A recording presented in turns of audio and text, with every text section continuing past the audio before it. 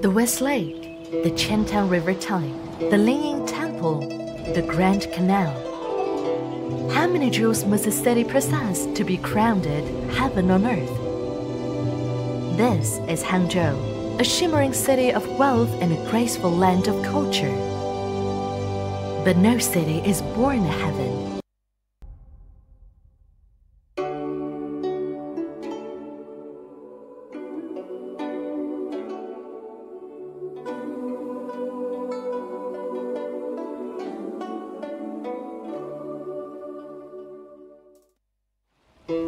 The West Lake, the Qiantan River Type, the Lingying Temple, the Grand Canal.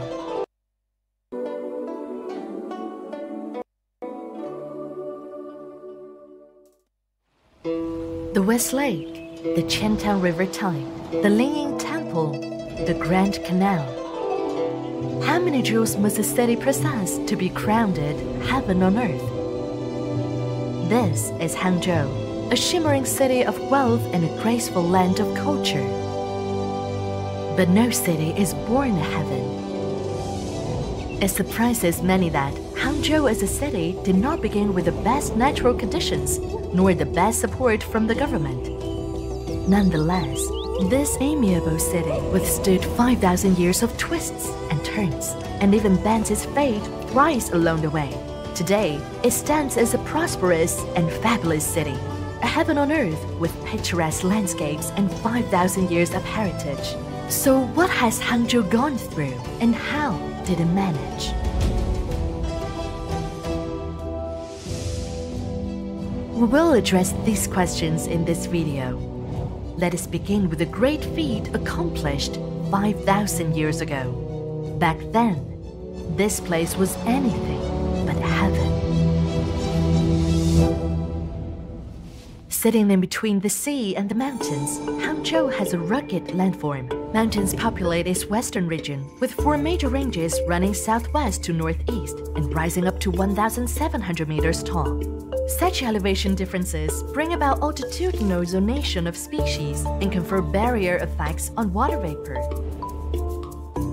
Facing the sea in the east, Hangzhou's mountains block the income water vapor, which shapes the city's wet climate and give rise to a number of large rivers. Rivers loaded with sediment, in turn, create alluvial plains. All these underlie Hangzhou's geographical configuration. They also explain why the city is constantly threatened by floods and sea encroachment. Around 5,000 years ago, the Liangzhu people arrived and settled here, where they set a precedent for China's competence in infrastructure projects.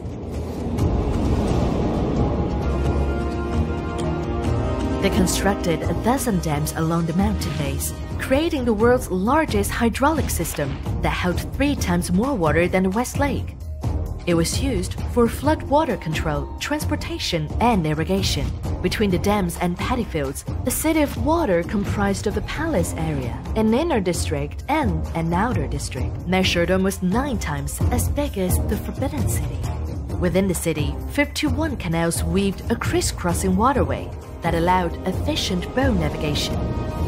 The Liangzhu people also produced diverse jade wares to serve their religious rituals.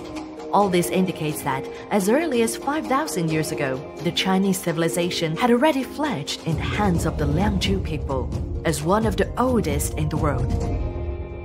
However, drastic climate changes resulted in floods and marine transgression, which completely engulfed the city. It remained submerged until the sea finally retreated. But the Liangzhu culture was never lost. It continued to influence China. It was eventually imprinted in the 5,000-year-old civilization. 5 whole millennia indeed. Hangzhou's history is much longer than most people think. Being as old as the Chinese civilization, it proves that China's 5,000 years of continuous history was more than a legend. But the frequent natural disasters hinder survival in Hangzhou. People had to make a change to salvage devastated land and forge a heaven from scratch. And the best-known creation for this is the West Lake. The West Lake is not a naturally occurring lake, but a hydraulic engineering project. It was initially a tiny bay along the Qiantang River, but with a natural dam forming through sedimentation and the constant construction of seawalls, the bay budded off as a lake over time.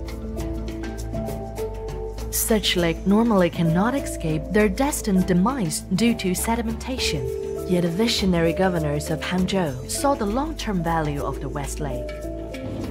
As a previously submerged city, Hangzhou's groundwater had a briny flavor, but by the Tang and Song dynasties, it was well diluted by rainwater and mountain creeks, allowing it to be utilized for drinking, flood control, irrigation, and canal navigation.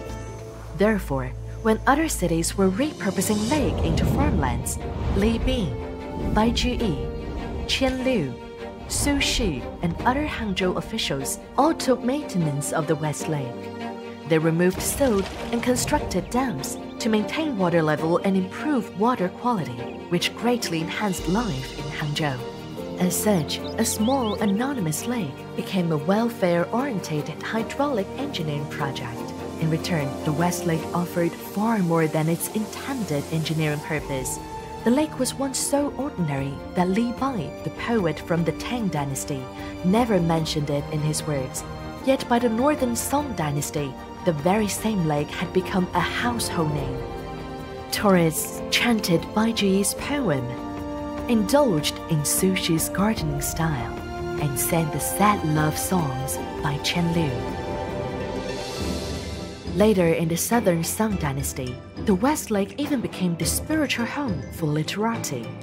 It inspired the everlasting poems and set the 10 sceneries for artists. As the capital city of Southern Song dynasty, migrants along with their culinary traditions merged into Hangzhou. In its heyday, Hangzhou was home to more than 1 million residents. With a rich pool of talents, it led the world in multiple disciplines, including agriculture, handicrafts, commerce, art, and mathematics. Since then, the title Heaven on Earth was bestowed upon Hangzhou for its outstanding elegance, openness, and prosperity. However, prosperity eventually dissolved into sorrow. During the time of changes, how should Heaven on Earth reposition itself in history? And could it hope for another turn of the page?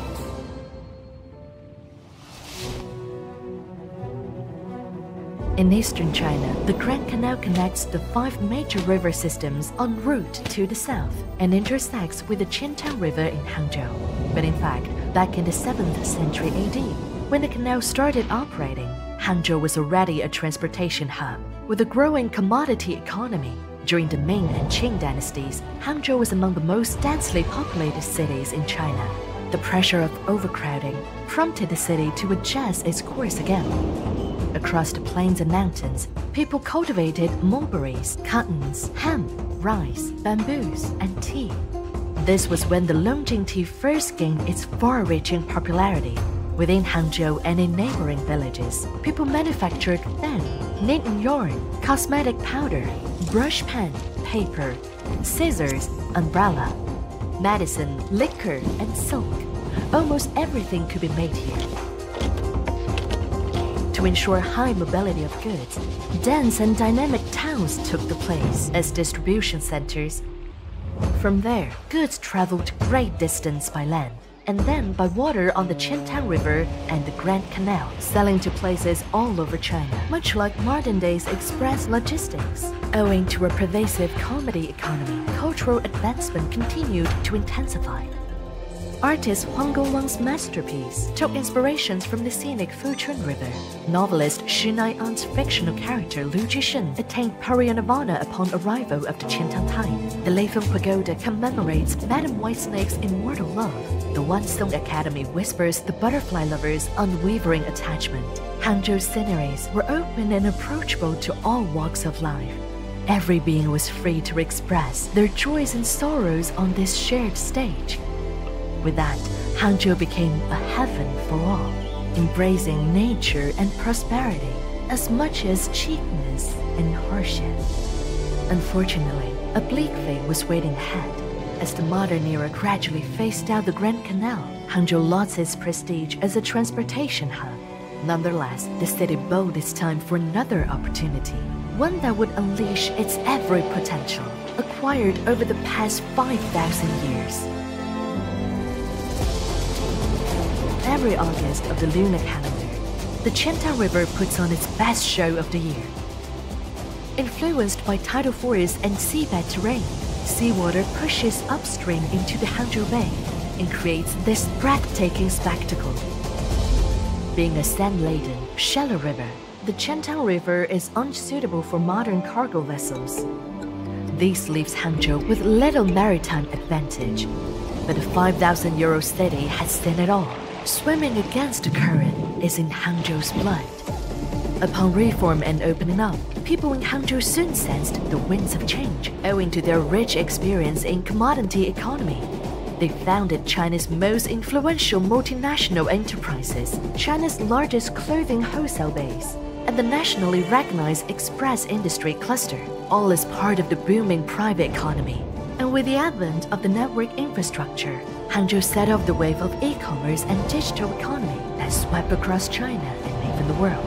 In these great times, Hangzhou's business environment and talent attractiveness remained top-notch in China. It also showcased its global competitiveness by hosting the G20 Hangzhou Summit and the 19th Asian Games, among other international events. It is noteworthy that, despite becoming more globalized, Hangzhou is still the epitome of Eastern landscape aesthetics. In 2002, the West Lake became the first 5A tourist attraction with free admission and was inscribed on UNESCO's World Heritage List in 2011. The Grand Canal and the archaeological ruins of Langzhou City also made it to the list soon after. Now housing 3 World Heritage Sites, Hangzhou continues to thrive as a modernized heaven on earth. Now let us think back to the earliest days of Hangzhou. The city was never born a heaven. It has come a long way after 5,000 years of perseverance, always metamorphosing into a better form at each and every fateful turn. Today, its charm exudes from the West Lake. Its prosperity glitters along the Grand Canal. Its vigor energizes the ocean tide. Jointly created by Mother Nature and all walks of life, this land gave back to the people a heaven within reach. It took generations to polish its exquisite landscape scroll and to temper this 5,000 euro city. This is Hangzhou.